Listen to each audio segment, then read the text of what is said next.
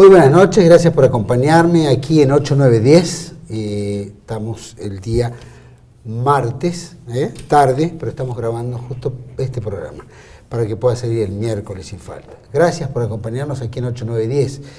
Tengo un mensaje simplemente para dar que el día 12 de septiembre en el Teatro La Paz, 9 de julio 162 de la ciudad de Tucumán, se va a presentar un festival que se llama de música heavy metal o rock pesado, que lo organiza un grupo que se llama Argento Tucma, que son una banda rockera de Tucumán. Todo lo que quiero decir es que este festival está dedicado a los caudillos metaleros. Son bandas de rock nacionalistas, rock pesado, que llega a la juventud de otra manera a la que nosotros entendemos a nuestra edad, pero que son muy atractivos y que van a pasar, como es un concurso o una especie de festival federal, van a participar bandas de varias provincias, entre ellas Costum 71 de Mendoza, Magnicidio de Buenos Aires, Vulgar de Santiago del Estero y Sin Piedad de Catamarca. No sé si habrá algunos más.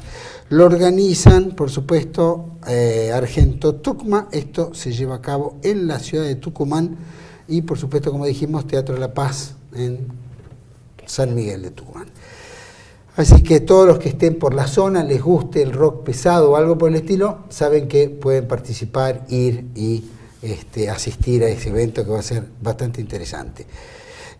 También agradecemos todas las donaciones que nos han hecho a TV1. Gracias, nos han donado y es muy importante la continuidad de la ayuda de ustedes.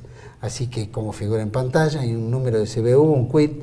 Los que quieran, los que puedan, los que se sientan en voluntad, siempre ayudar a que este proyecto siga adelante y se pueda mantener es muy importante. La colaboración de todos y, por supuesto, nuestro mayor agradecimiento. Y, por supuesto, si les gusta este programa y entra a través de Facebook, ponga me gusta. Si les gusta mucho más y entra a través de YouTube, suscríbase y hágalo viral. Así podemos transmitir una línea diferente de pensamiento, por lo menos una opinión distinta, antes que nos bloqueen las opiniones, que está en camino esto.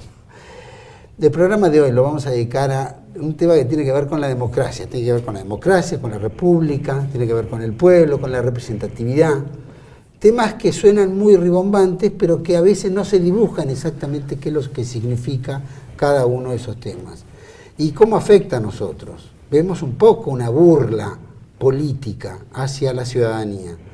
No sabemos si eso es así, si la ley los ampara, si está todo el mundo como confabulado. Algo raro hay, pero los ciudadanos, como ciudadanos, a veces no entendemos. No somos juristas ni tampoco conocemos de lo que es la legislación constitucional. Hablamos de la Constitución, pero no la conocemos.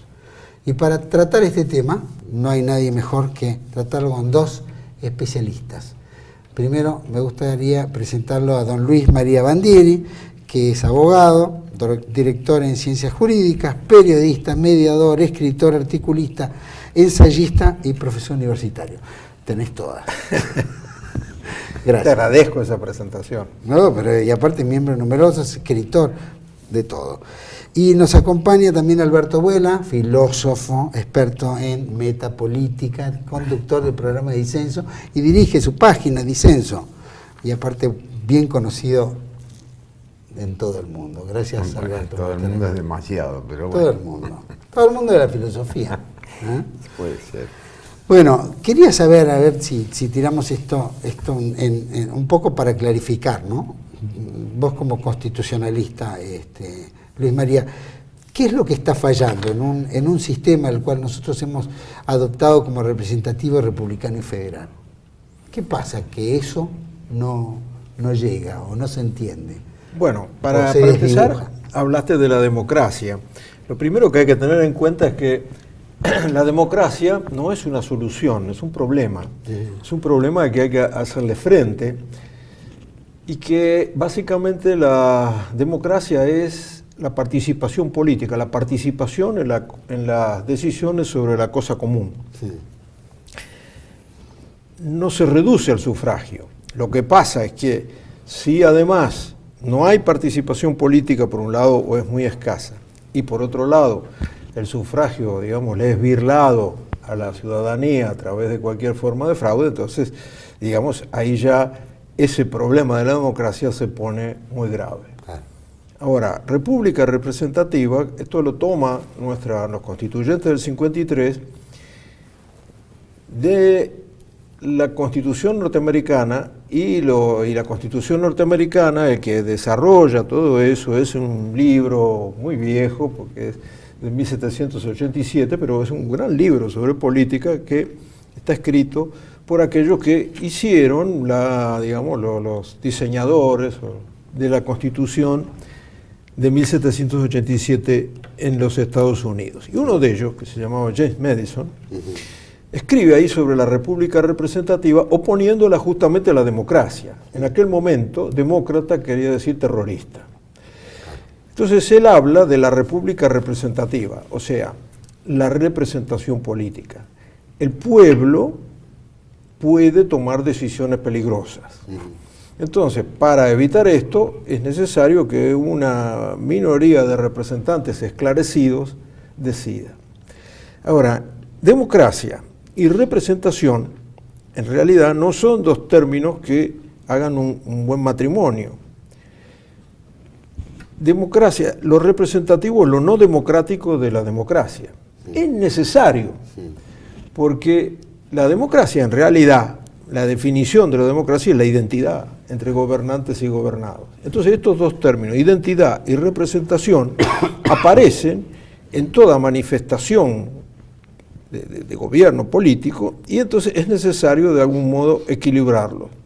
Nosotros tenemos un déficit en la identidad, es decir, porque desaparece la figura del pueblo y queda reducido a la gente y a un dato estadístico, y por otro lado, esto en cuanto al aspecto democrático. En cuanto a la representación, nuestros representantes son autorreferenciales, para decirlo finamente, es decir, se representan a sí mismos, representan una especie de partido único de los políticos. Esto no solo ocurre en Argentina, ocurre en todos lados. Y a todo eso le tenemos que agregar el problema del fraude en el sufragio. Así que, bueno, tenemos ahí y ahora, en relación a eso, se funciona con tres poderes, ¿cierto? Este sistema representativo republicano y federal. ¿Por qué esos tres poderes son birlados en la democracia, llamémoslo la democracia, porque es la que rige políticamente el sistema? ¿Por qué se burla hoy en día? Y la ciudadanía se le exige creer en algo que la ciudadanía lo ve burlado todo el tiempo. El asunto es más profundo. En realidad, la separación geográfica de los tres poderes no es una garantía para el ciudadano. Lo único que establece, digamos, es la legalidad de la toma de decisiones. Es decir, el Poder Ejecutivo manda un proyecto al Congreso, el Congreso lo aprueba, la Corte Suprema lo declara constitucional si alguien lo plantea una objeción. Bueno, ahí tenemos... lo que pasa es que cuando me tengo que remontar también a Montesquieu, al espíritu de las leyes, que si todos los constitucionalistas citan, él hablaba de la separación, pero esta separación, él solamente una vez en una obra que es bastante gruesa, habla de separación de poderes. Él lo que está diciendo es que hay que distinguir entre el Poder Ejecutivo y el Poder Legislativo, donde colocaba al modo británico una Cámara hereditaria y una Cámara de representación popular. Los jueces no tenían nada que ver en el sistema de Montesquieu. Él era un juez, pero no les daba ninguna relevancia política, es decir, ninguna posibilidad de intervenir diciendo esta ley o esta decisión del Poder Ejecutivo es inconstitucional. Eso surge después. Pero lo que decía Montesquieu, que se ha olvidado, es lo que él llamaba el gobierno moderado, que es justamente la intervención de los cuerpos intermedios, de todos los cuerpos sociales intermedios, a través de los cuales la participación política podía darse. Es decir, esta separación horizontal de poderes, él la acompañaba de una, digamos, de una distinción vertical de donde desde abajo hacia arriba iba a poder expresarse la voluntad. esto es muy importante. Lo que pasa es que la Revolución Francesa destruye estos cuerpos intermedios y entonces ahí queda muy renga la posición de Montesquieu. Después los constitucionalistas hemos leído apenas 18 páginas de un libro que en la edición española tiene 650. Entonces, bueno, este es el problema. Claro. Y Alberto, ¿cómo interpreta la metapolítica esto? Bueno, esto es el tema de la representación. Yo estaba escuchándolo acá a Luis María, ¿no? El tema de la representación política desde la filosofía ha sido estudiado en infinidad de casos, ¿no? Pero vayamos a este tema último de la democracia, el sistema parlamentario. A mí siempre me llamó la atención cuando hacía los estudios sobre Hegel en la filosofía del derecho, cuestiona muchísimo el tema de la representación así partidocrática, ¿no? En la filosofía del derecho es 1831, y entonces yo había traído un texto que me cito a mí mismo, ¿no? Pero es interesantísimo porque si no tenía que traer el tema de Hegel. Dice, bueno, me lo voy a encontrar a ver dónde está acá. Dice Hegel, hablando de la representación, ¿no? Bueno, las organizaciones, que además cuerpos intermedios, estas organizaciones del pueblo que se hacen libremente para defensa de sus intereses, más concretos y específicos, son de dos tipos: territoriales, el municipio, las asociaciones vecinales, demás, o funcionales, profesionales, empresarias, etc. La representación política está entroncada con los intereses particulares de las organizaciones intermedias y los individuos que pertenecen a dichas instituciones.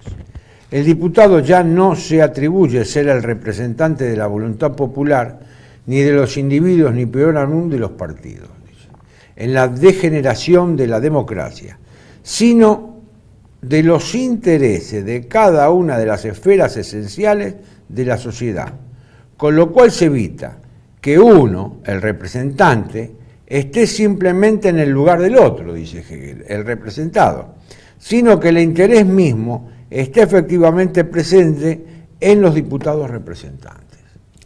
Es decir, esto que plantea él, que es el aspecto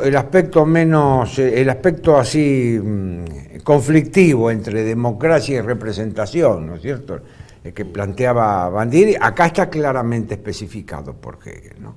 Hay un aspecto conflictivo de la democracia y representación. ¿Por qué? Porque esto ha degenerado en el sentido de que el partido político tiene el monopolio de la representatividad. Los grandes teóricos, nadie le puede decir a Hegel, por ejemplo, que sea fascista, por ejemplo, ¿no? Que es el sayo que lo primero que le hacen, cuando uno pone en cuestiones el monopolio de la representatividad de los partidos políticos, lo primero que dice es fascista. Bueno, aquí hay que distinguir también lo que es un sano corporativismo de comunidad, que las corporaciones, los cuerpos de la comunidad que se van creando libremente, mueren también en un momento determinado. Acá en Argentina tenemos el ejemplo de tantos sindicatos que se crean y mueren, asociaciones de vecinos que se crean y después se van del barrio y muere la asociación o la biblioteca o lo que sea. Este es lo que se llama el corporativismo de comunidad, que distingue los norteamericanos claramente. Y el otro, el fascismo, es un corporativismo de Estado, es decir, las corporaciones están creadas por el Estado, están creadas desde arriba. Si no se entiende esto, en realidad lo que el sistema, ¿qué proponemos nosotros? ¿Qué piensa Luis María, pensás vos en general?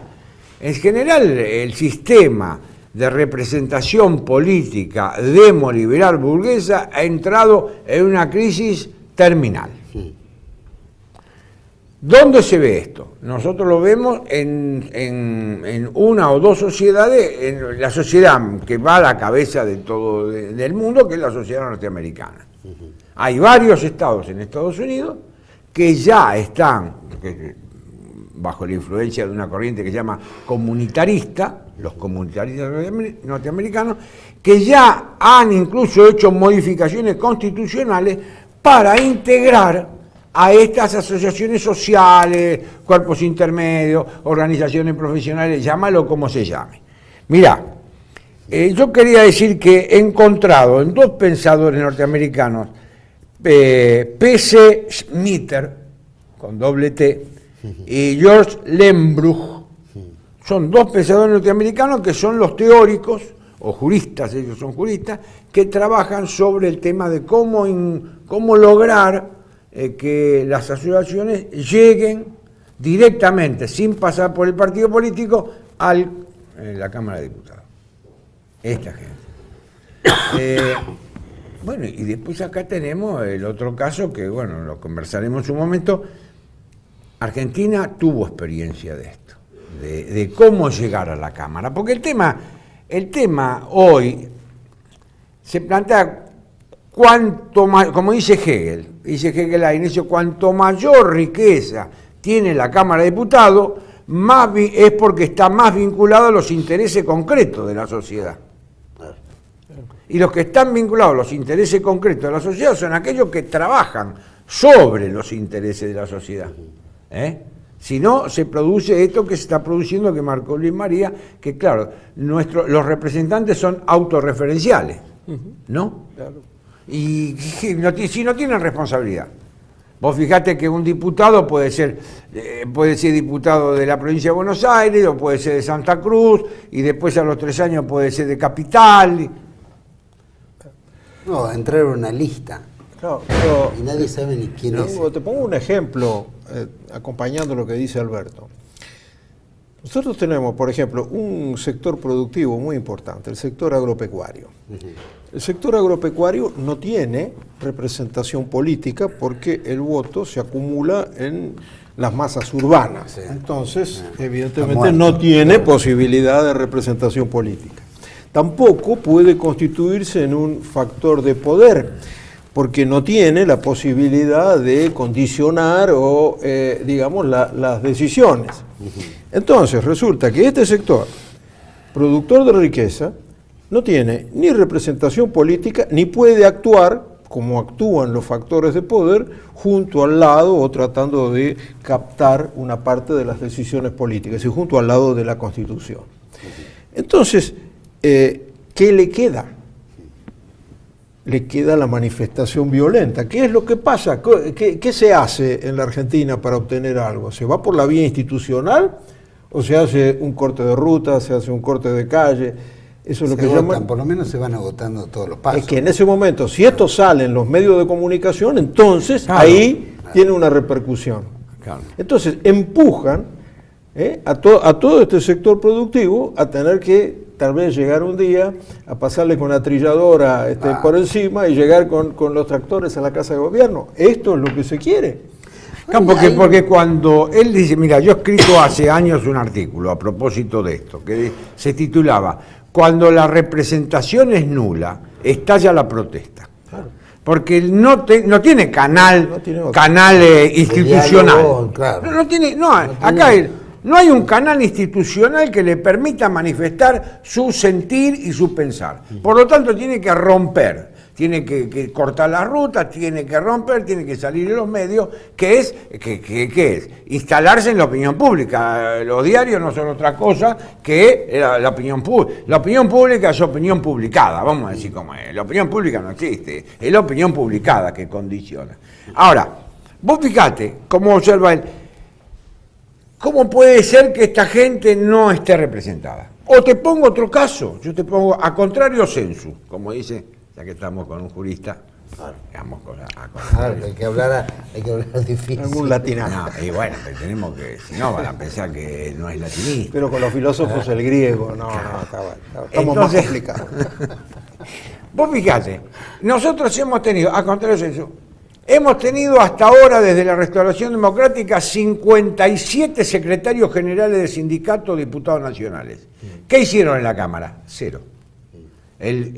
Hicieron, como decía un amigo nuestro que es Pepito Muñoz Aspiri, que era ahijado de Sánchez, hicieron un sorondo, que es el cero más rotundo y más redondo, decía Pepito. ¿Por qué? Porque los absorbió el partido político. Me acuerdo Guerrero, el de la UON, llegó a ser diputado. Guerrero, que tenía más poder que Lorenzo Miguel en la UON. No habló en la Cámara. Al Gordo Rodríguez, secretario de ESMATA, lo echaron. Así, es decir, si el hombre que está con los intereses concretos de la sociedad tiene que defenderlo, tiene que pasar por el partido desnaturaliza la representación de él. Claro. Eso sí, él logra una jubilación, como le pasó a tantos, pero desnaturaliza. Entonces, ¿cuál es el mecanismo por el cual la democracia se puede dar una representación acorde con su postulado último, que es el gobierno del pueblo? Yo tengo acá, en esta publicación que pueden comprar, ustedes, un libro que se llama Notas sobre el peronismo, ustedes pueden comprar en la librería El Gaucho, de Boyacá y Juan B. Justo. Les digo, hacemos un poquito de publicidad. Hay que hacer publicidad. Librería El Gaucho, Notas de Boyacá y Juan B. Justo. Deja cualquier, ¿cómo se dice? La Metro, ¿cómo dice que hizo Macri? Sí, el Metrobús. Ahí está, el Metrobús lo deja en la esquina de Boyacá. Entonces acá yo anoté, vos aportame otra, Luis María, algunas experiencias históricas que han intentado. ¿Y cuándo se intenta? La primera experiencia histórica que yo encuentro, ¿sabes cuál es? En la República de Weimar. Mirá que estaba hecha a pedazos Alemania. La democracia estaba hecha a pedazos. Mirá, la primera experiencia que yo encuentro es de 1919, con la incorporación del Consejo Económico Social, el Rechtschaffenstab, compuesto por los cuerpos intermedios y cuya función era emitir dictamen preceptivo sobre los anteproyectos de leyes del Estado. Lo primero que hay, es decir, lo primero es incorporar al Consejo Económico y Social. No, entonces ya es una incorporación. Contrariamente a lo que comúnmente se cree, bueno, ¿qué pasó? La Italia fascista también modificó el régimen de representación. Y entonces, pero hizo una corporación de Estado. En el fondo, el fascismo es un pensamiento moderno, es hijo de la modernidad. Entonces, de alguna manera, realizó una diagramación de la sociedad al more geométrico de Mostrata, al estilo de Spinoza. Es decir, entonces tenemos que tener tantos sindicatos, tantas cosas, ¿me entiendes? En su momento. Pero en realidad es lo que desvirtúa el fascismo, es lo que se venía pensando antes, que eran los pensadores sociales católicos, como Latour Dupin, Fogelsang en Austria, Albert de Mun, que eran lo que decían, no señores, nosotros tenemos que volver a la representación de la comunidad, que la doctrina social de la Iglesia insiste con el tema de la representación de la comunidad, es decir, que la representación salga de la comunidad. Y que es lo que llama, lo que mencionó Luis María muy bien al principio, los cuerpos intermedios, que el peronismo le llama organizaciones libres del pueblo. ¿Cómo hacemos para que estén ellos en la asamblea? Esto no es, por eso hay que repetir, miren señores, esto no es fascismo, esto es contrariamente a lo que se piensa. Lo que pasa es que del mundo de vista liberal está esto diabolizado. Ahora, si me perdonás, sí. En la primera constitución de Irlanda, cuando su primer presidente, 34, que fue Edmund de Valera, tenía este tipo de representación, claro, justamente traído de la doctrina católica. Exacto. Y el otro, que se puede nombrar, que fue un gran propulsor de esto, fue Dollfuss. El canciller, sí, el microcanciller, porque era claro, petizo, en Austria, que termina entre los nazis y los comunistas. Claro. Pero justamente, digamos, esto además, si uno lee Cuadragésimo Anno de Pío XI, ahí está insinuado todo esto. Bueno, esto es importante porque De otro modo, no hay posibilidad de participación política. Vuelvo a decir, la democracia es participación. Si no participamos en las decisiones sobre aquello que nos interesa a todos, bueno, entonces no hay democracia. Y además en la Argentina, no hay partidos políticos. Hay, hay empresas de marketing político alrededor de candidatos. Por eso que los encuestadores, por eso que Durán Barba es una especie de filósofo político. O la gente de poliarquía. Bueno, ellos son muy respetables en lo suyo, en contar, en hacer encuestas telefónicas o lo que sea, pero verdaderamente el pensamiento político pasa por otros carriles. Entonces, ni siquiera tenemos partidos políticos, no hay mínimas lealtades. Es un libro de pases abiertos donde pasan constantemente de uno a otro, un día aparecen con una careta y otro día con otra careta. Entonces, tuvimos los candidatos testimoniales, donde después se bajaban los primeros de la lista, que eran los que todo el mundo conocía, y apareció un desconocido ocupando el lugar. Bueno, es decir,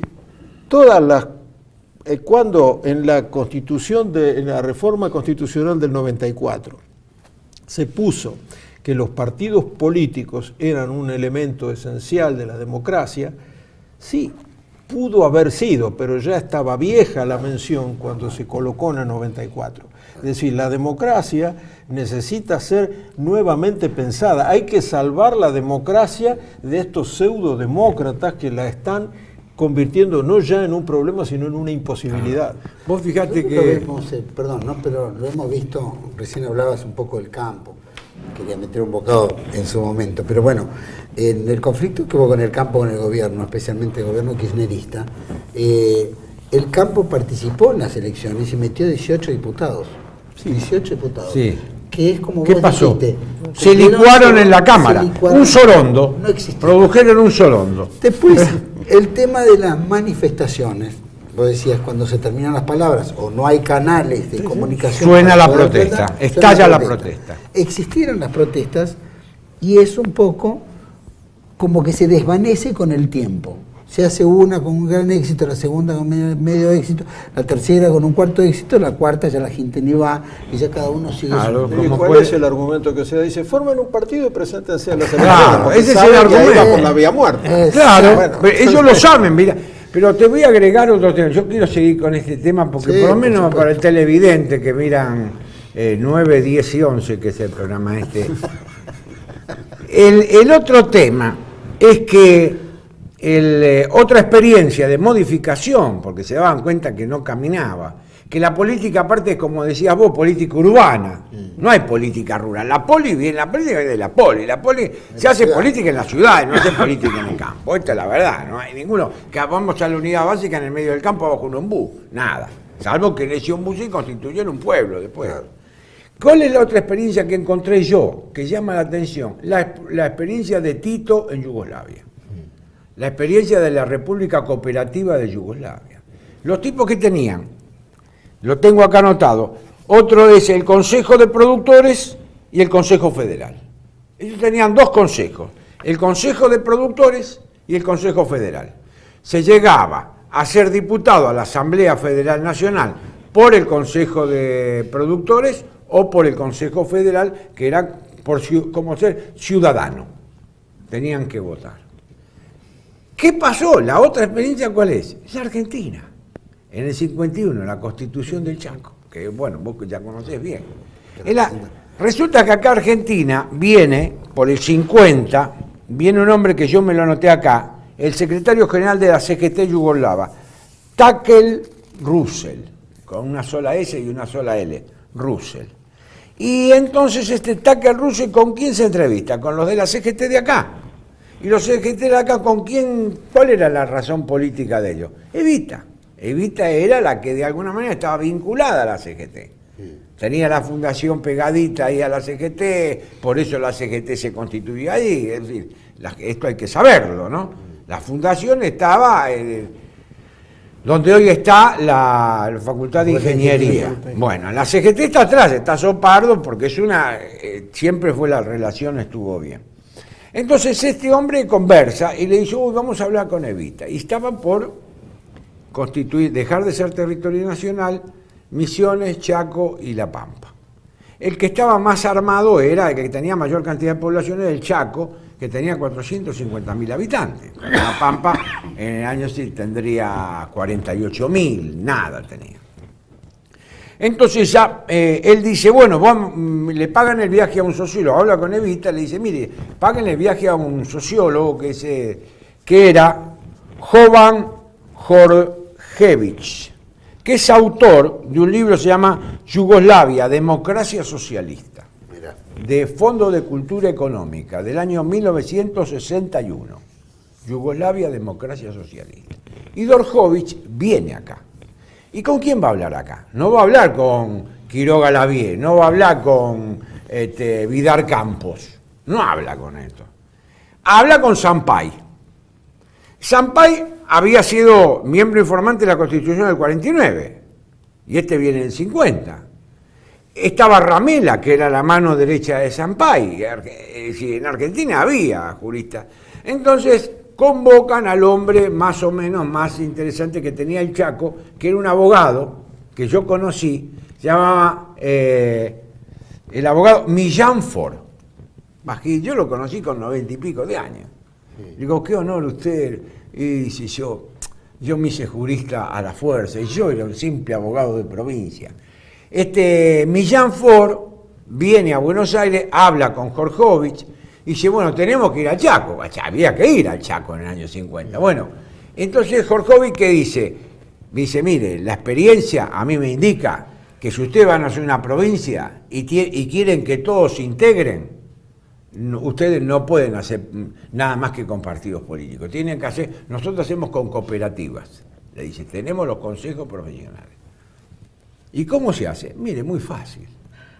Acá tienen que hacerse, ustedes tienen 30 diputados, cuando se hace el sufragio, tiene que haber una lista de diputados, 15 diputados por el partido político, o los partidos radicales, socialistas, y 15 diputados por las organizaciones sociales, cámara empresaria, sindicatos, cooperativas algodoneras, cooperativas de hacheros, y entraron. Entonces, ¿cómo se llamó acá? Se conoció como la Constitución del doble voto. Es decir, uno tenía que ir, el que demostraba que estaba formando parte de una organización. Si estaba en el aire como un individuo suelto, votaba nada más que por el partido político, pero si estaban vinculados a una organización, votaba el doble voto. Y así se eligieron los 30 diputados. Llegó a funcionar hasta el año 56. Yo conocí a las hijas de Felipe Gallardo, que era un trabajador, que fue el gobernador, y eso le permitió al Chaco integrar, porque entonces llegaron diputados de Sáenz Peña, que no hubieran llegado nunca a Resistencia, desde el Impenetrable, de Cooperativa del Impenetrable, llegaron diputados. Por supuesto, nunca más volvieron al Impenetrable, una vez que cobraron los subsidios, pero digo yo... Se mudaron a las urbes, ya, se compraron autos, quedaron agringados. Pero vos fíjate qué simple que es este asunto. Bueno, pero eso, evidentemente, lo que tiene que haber es que una circulación, es decir, si ese diputado elegido por un consejo, por ejemplo, de los hacheros, después es reelegido y se queda 14 años, no evidentemente ya se convirtió en clase política. Claro. El problema es todos estos, digamos, en los niveles municipales y todo, lo que tiene que haber es mucha circulación. Claro. Entonces es el otro problema, para decir, porque si no, con la reelección indefinida, además, nosotros lo vemos en los programas de la televisión abierta, los programas periodísticos, siempre aparecen los mismos. Hay un elenco de personas que siempre opinan. Entonces aparece el diputado. El diputado representa globalmente a la nación. Cada uno de ellos representa globalmente a la nación. Sin embargo, ellos vienen con mandatos imperativos. O el mandato del partido, o el mandato del sector del partido, y entonces resulta que eso que era ese mandato, que era un mandato electivo y por lo tanto tiene que pensar en el bien común de toda la nación, está pensando en el interés concreto que en ese momento lo mueve. Y por otro lado, esto de bueno, la existencia de los factores de poder. No está mal que estos factores de poder, hay factores de poder que son positivos y otros que obran negativamente. Por eso digo, el campo no puede funcionar ni como factor de poder ni tiene representación, pero la asociación de bancos sí. Entonces, y la Asociación de Bancos Extranjeros. Bueno, yo no estoy en contra de que ellos hagan su lobby, pero quiero decir, claro. Bueno, por eso sería interesante que se planteara con proyecto de ley una reforma sobre una ley de representatividad, de claro, modificar la una representatividad. modificación de la Vamos a ir a un pequeño corte justamente sobre eso, de si habría que cambiar la ley, pero también esta democracia que estamos hablando de que prácticamente está caduca y habría que retocarla, reformarla o algo, y haberse perdido esa representatividad se transforma casi en vacía de contenido, como bien dijiste, en solamente candidato de los ricos, representante de los ricos, y solamente queda ahí, solamente los millonarios pueden ser candidatos, como se está viendo. Vamos a un pequeño corte, volvemos enseguida, seguimos con este tema de la democracia, el republicanismo y esta crisis que vive la Argentina.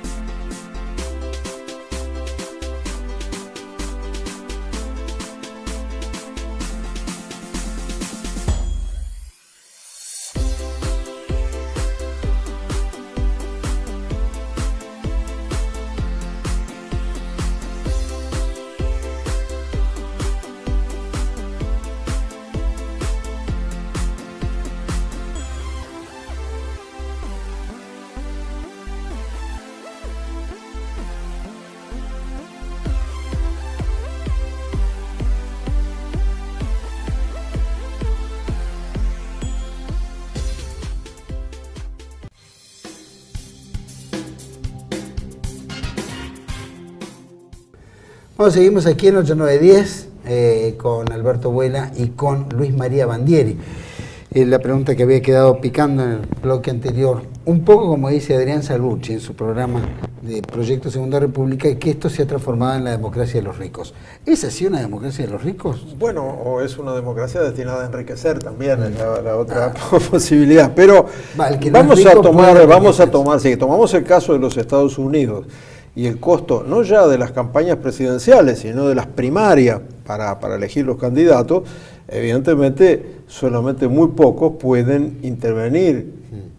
Tienen que ser súper ricos para poder intervenir o estar apoyados por súper ricos. Uno lo ve ahora a Donald Trump, que evidentemente puede colocarse allí entre los precandidatos.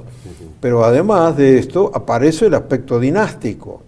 Si el candidato republicano más potable va a ser Jeb Bush y la candidata demócrata Hillary Clinton, bueno, tenemos a la familia Bush y tenemos a la familia Clinton. Es decir, esto de las democracias dinásticas no son solamente una cuestión hispanoamericana, sino que los norteamericanos nos están copiando. Claro. Y ahora, en la Argentina, ¿cómo lo traducís en esas dinastías? Porque vemos también esta repetitividad de los funcionarios que siguen y parece que nunca se van, es una puerta giratoria, ¿no? Claro, porque lo que pasa es que los partidos políticos se han transformado, como dice Gonzalo Fernández de la Mora, en oligarquías partidarias. Hay un libro famoso que vos conocés, se llama La partitocracia. Acá hubo dos críticos muy interesantes a la democracia liberal. Uno, el primero de todos en el año 49, Giuseppe Maranini, el italiano, que escribió La partitocracia. Y el otro en el año 1977, Gonzalo Fernández de la Mora. Y los dos coinciden, desde dos puntos de vista distintos, dos posturas ideológicas distintas. Maranini era un demócrata, ¿no? Con todo lo... Y dice, la partitocracia se ha convertido en una oligarquía partidaria. Son oligarquías partidarias que manejan los partidos políticos. Bueno, y acá los apellidos se repiten. Ahora está apareciendo el nieto de Cafiero, Santiago Cafiero. Es decir, estaba el viejo Cafiero, los hijos de Cafiero, ahora los nietos de Cafiero, después los bisnietos de Cafiero. Alfonsín, el hijo de Alfonsín, vendrán los nietos de Alfonsín. Es decir, se repite la... Claro. Bueno, también ocurrió en la India con los Gandhi, pero esta unión curiosa de democracia y dinastía. Pero como que decía Michel, de la ley de hierro de las oligarquías, es una cosa que se cumple, que en toda organización aparece una oligarquía que quiere perpetuarse. Ahora, el problema es que entre nosotros ni siquiera existen los partidos. Se han creado las PASO, que les da una sobrevida porque, digamos, teóricamente, primero tenemos que votar obligatoriamente dentro de la vida interna de los partidos. Pero no son partidos, porque son simplemente candidaturas que están sostenidas por empresas de marketing. Es decir, lo mismo que se vende una galletita, se vende un candidato.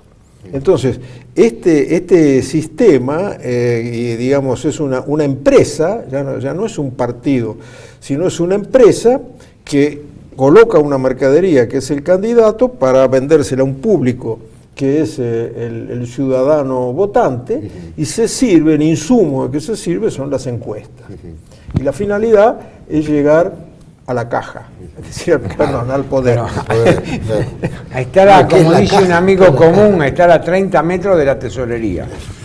Ahora, todo esto que lo vemos, siguen hoy en día en el mundo, que la democracia es como una religión, es como algo intocable, impoluto, y es lo más sagrado. Sin embargo, en la mayoría de los países eso no funciona.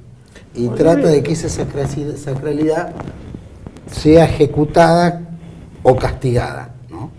De la manera más dura, por ejemplo. En la mayoría de los países lo que hay es un tipo de... Primero, un gran problema de la democracia actual es que hay una gran cantidad de la población que no está en situación de ciudadanía. Es decir, un pueblo...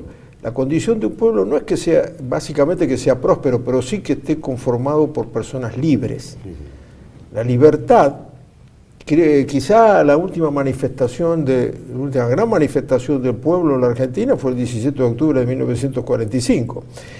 Y esas eran personas libres, las que vinieron caminando, llevados también por sus dirigentes, por los dirigentes del gremio de la carne, etcétera, que vinieron, pero que venían caminando de Berazategui, vinieron libremente.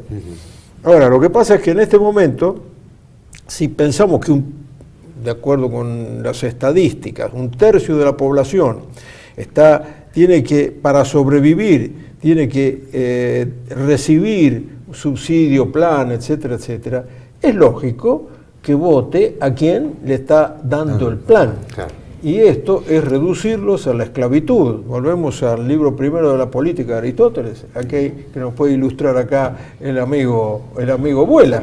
Es gente que está destinada a eso, se la tiene en un freezer, se la fabrica para eso, están ahí. Entonces, esto hace muy difícil que podamos llegar a una situación democrática. La vieja discusión sobre las formas de gobierno desapareció. Tenemos una sola forma de gobierno que se considera legítima. Bueno, pero entonces discutamos sobre eso y discutamos ese problema, no lo pongamos como una solución, que con eso se come, se cura, la vieja frase de Alfonsín. No. Es un problema.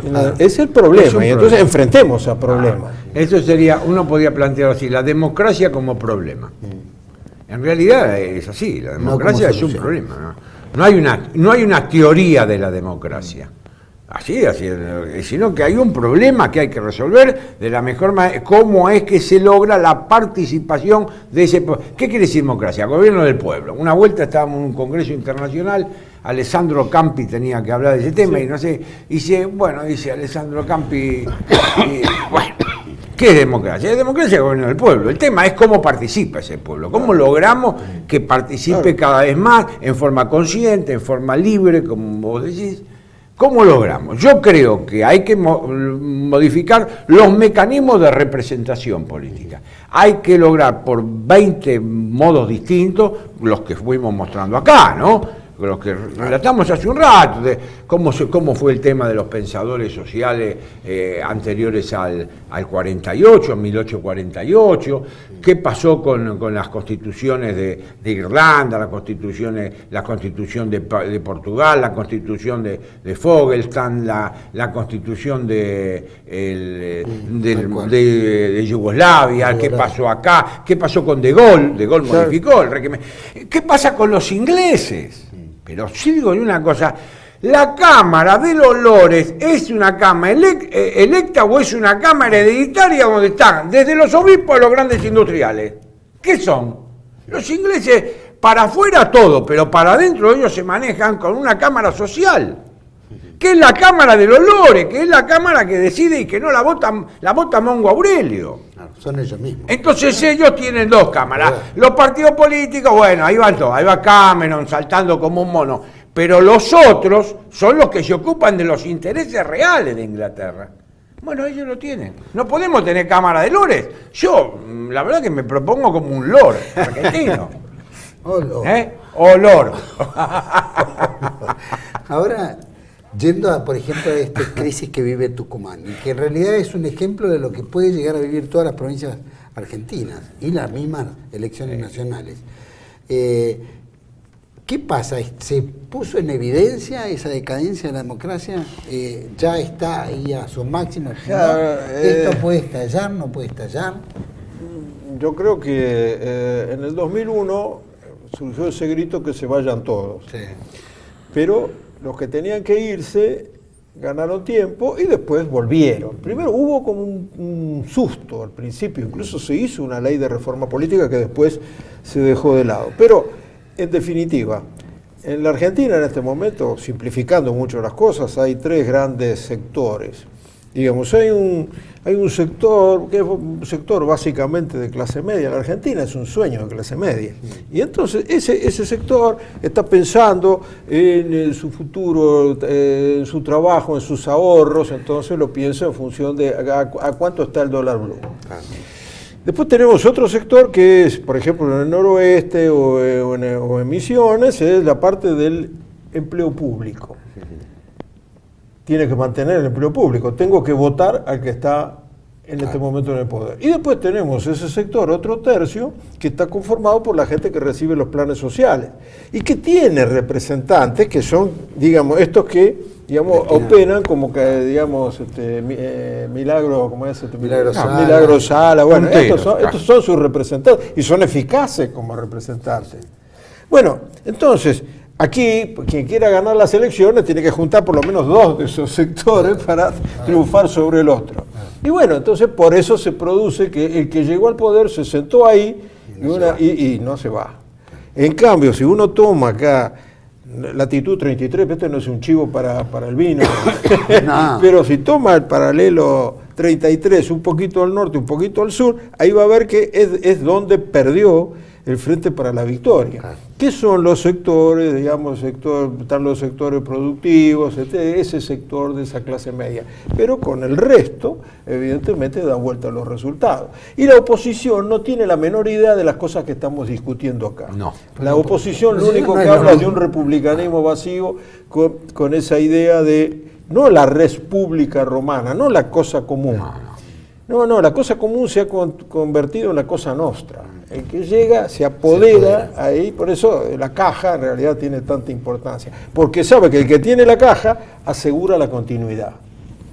Bueno. Y está en la habilidad de mantener la caja, porque la oposición cuando tuvo la oportunidad de ejercer el oficialismo, es como que no lo pudo manejar, no lo supo manejar. Posiblemente los cambios provengan de cuando la caja se funda, es decir, cuando la crisis se convierte en una catástrofe. Es como el 2001. Lamentablemente, ¿no? Nadie puede quererlo, pero digamos, es lo que se vislumbra. Ahora el ciudadano está como expectante, porque su única reacción puede ser salir a la calle, puede ser quejarse, puede ser salir a romper todo, de acuerdo a las circunstancias que se pueda llegar a vivir. Pero los representantes, que son los que se van a sentar y van a definir si esa democracia debe replantearse o no, no les conviene ni siquiera que eso se toque, porque se les terminaría la fiesta. Ellos han llegado. Representan a grupos que ya sabemos. Siguiendo con la terminología de acá de Luis María, ellos han llegado a la caja a través de este sistema. Claro. Nadie modifica un sistema que le permite vivir y estar cómodo. De suyo no lo van a modificar. Y entonces ahí viene el otro tema. Yo recuerdo que fui asesor los primeros tiempos de Kirchner en el Ministerio del Interior. Entonces me hace un reportaje Antonio Carrizo en Radio Rivadavia un sábado al mediodía. Pero viste que ahora se habla por teléfono, yo no estaba en la radio. Y había ocurrido una inundación en Salta, y se había desmoronado un cerro.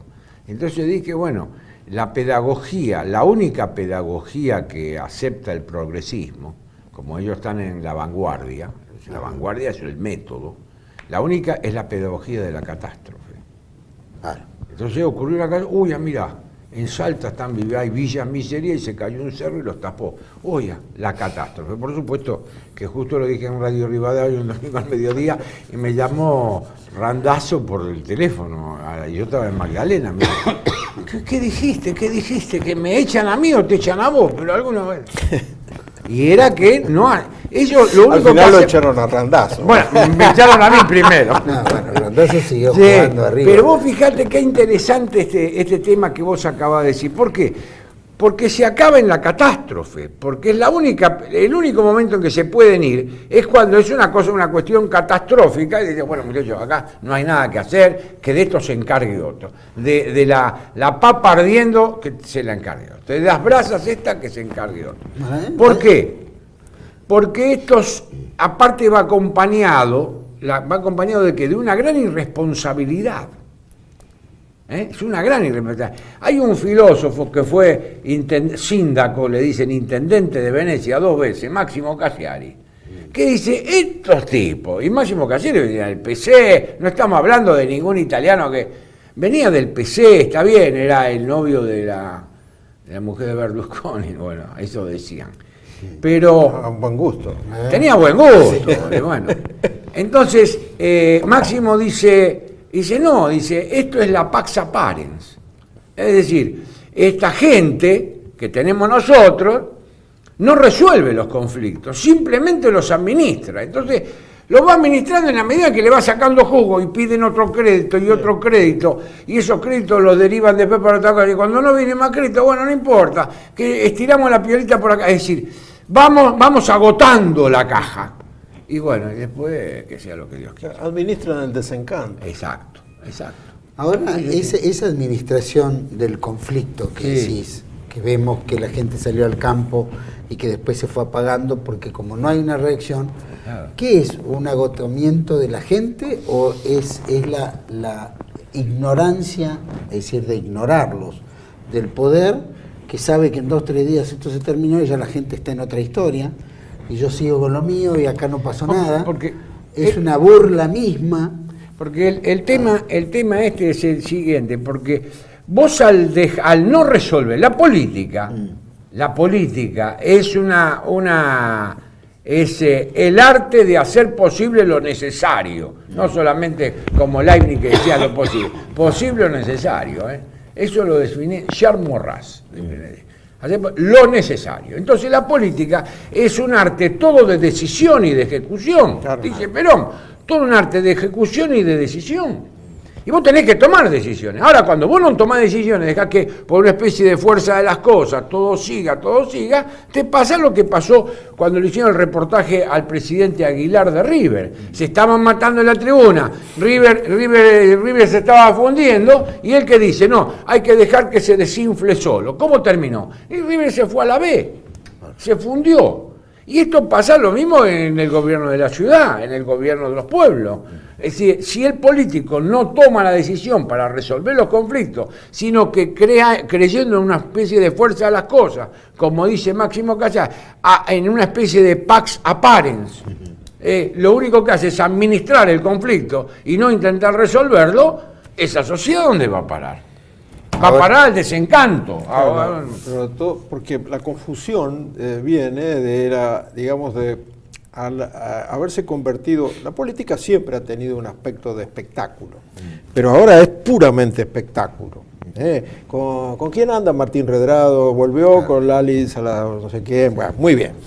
Ahora es todo espectáculo. ¿Y cómo es el espectáculo? Siempre el espectáculo debe continuar. Nosotros vemos el noticiario. ¿Qué pasa en el noticiario? Bueno, siempre hay un hecho de sangre. Pasamos la esponja sobre la sangre, eso de la pantalla, y viene otra cosa y al rato ya nos olvidamos de esto. Entonces, el político en realidad está jugando sobre el olvido de la imagen. Apareció la imagen y después se olvidó. Apareció la gente que está ahí, la gente que en una esquina pide justicia, cuando hay un asesinato, cuando se siente insegura, la gente que sale a la calle para pedir que realmente los políticos la oigan. Bueno, pero esto se va a olvidar. Después viene otra cosa.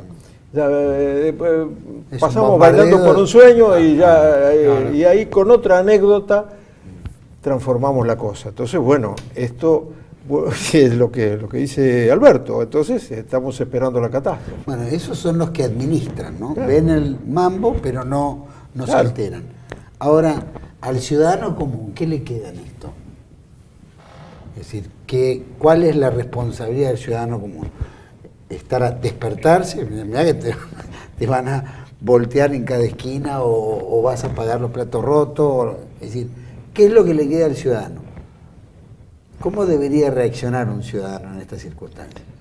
Bueno, pero vos estás hablando, nosotros en realidad la categoría de ciudadano se ha perdido. Esta democracia ha desnaturalizado la categoría de ciudadano, porque el ciudadano es un ser moral y libre.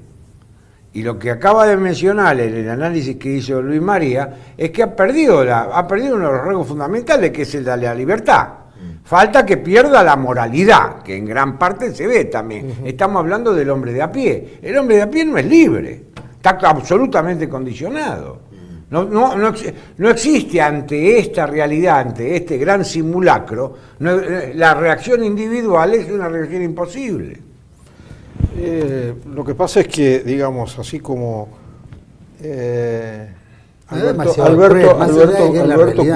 Alberto cultiva la metapolítica y yo soy un mero jurista. Pero entonces, el problema es, lo único que uno puede señalar es, digamos, la situación, cómo puede ir, y, digamos, las soluciones prácticas son las soluciones del político, el acto de ejecución del político. Lo que nos está faltando son políticos, el gran político está faltándole a la Argentina. Y realmente la desgracia de esto es que si surgiera esa personalidad, no encontraría un campo de ideas fértiles que poder recoger para llevarlas a la práctica. Entonces, lo único que uno puede hacer en ese tramo es tratar de tirar esas ideas para que alguien que tenga la capacidad de ejecución pueda realizarlas. Si yo le diera consejos a la ciudadanía, en realidad serían consejos de alguien que no tiene el arte de la ejecución, digamos, las pequeñas empresas políticas que desde que me inicié siendo muy joven en el nacionalismo, todas fracasaron. Si quieren se les puedo contar los fracasos, nada más. Pero lo que sí se puede hacer es esa tarea metapolítica. Esto es muy importante. Claro. Y también es importante en el campo jurídico, porque se están destruyendo las bases del derecho. Entonces, bueno, uno tiene que, estas ideas hay que transmitirlas. Somos en realidad, tanto él como yo, seguimos una tradición, la tradición de la filosofía, la tradición del derecho. Y bueno, lo único que podemos hacer es poner esas ideas. Claro. Alguien tiene que recogerlas. Y seguramente lo terrible es que las tenga que recoger entre la ruina de la catástrofe. Claro. Que es muy probable que sea así. Que es muy probable que sea así, lamentablemente. Nadie se despierta con tiempo, siempre se despierta. En el 2001 nos despertamos cuando nos tocaron la víscera más sensible, de un modo muy sensible. Por ejemplo, y que nos sensibiliza además. Sí, por eso. Bueno. Especialmente Alberto. Es una víscera que no tengo. Que está agujereada. Es el único detalle en que no es peronista. Es lo único. Luis María, mil gracias por haber estado aquí en 8910 y lo mismo Alberto. Gracias a vos por invitarnos y gracias también Luis María. Alberto, por favor. Que han aclarado muchísimos puntos. A ustedes muchísimas gracias por acompañarnos. Bueno, esta es la democracia que supimos conseguir. Probablemente la democracia, como decía Luis María, en el 1945, el 17 de octubre, claro.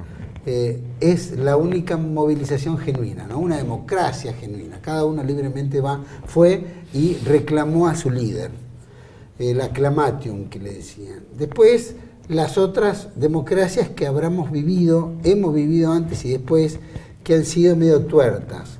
Pero la mayor gravedad de la democracia proviene después de la caída de Puerto Argentino, el 14 de junio de 1982, que es donde los ingleses marcan su territorio en la Argentina y Margaret Thatcher se ufana de habernos devuelto esta democracia. Y esta es la democracia que nosotros tenemos, que es tuerta, que es manca, que está lisiada, que no ve, que está tontada, y ha permitido que todo esto se transformara en lo que vivimos hoy.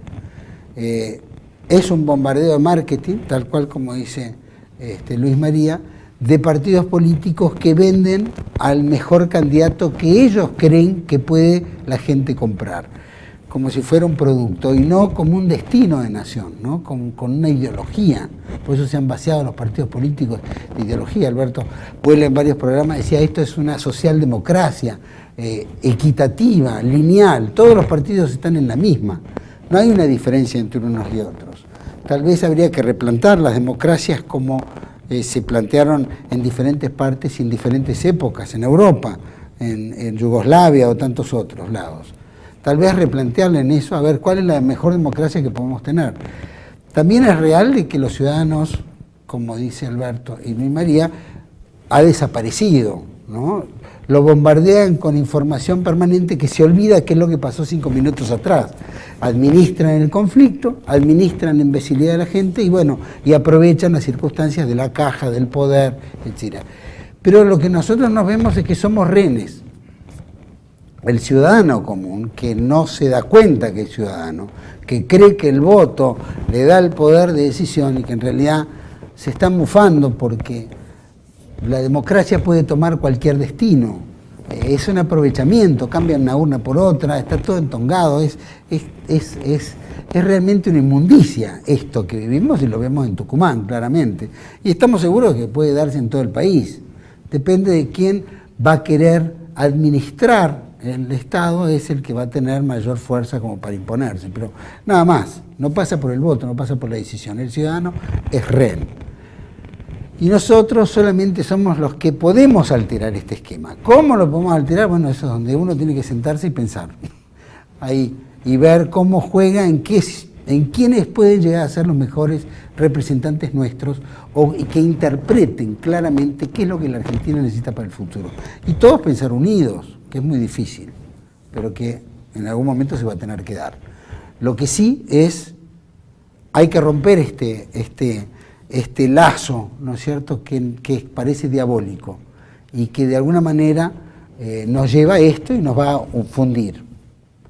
Tal vez un milagro, tal vez la ayuda de alguna providencia nos permite en algún momento descubrir que hay un destino y que ese destino lo podemos llegar a ver claramente como para no llegar al drama mayor, ¿no? Hay que rescatar esta patria en ruinas, decía el padre Alberto Ezcurra en el responso a Juan Manuel de Rosas. Y eso creo que es la responsabilidad que tenemos todos los argentinos. Muchísimas gracias por acompañarnos, espero que nos sigan aquí en 8, 9, 10, siempre por TLV1. Toda la verdad primero. Gracias.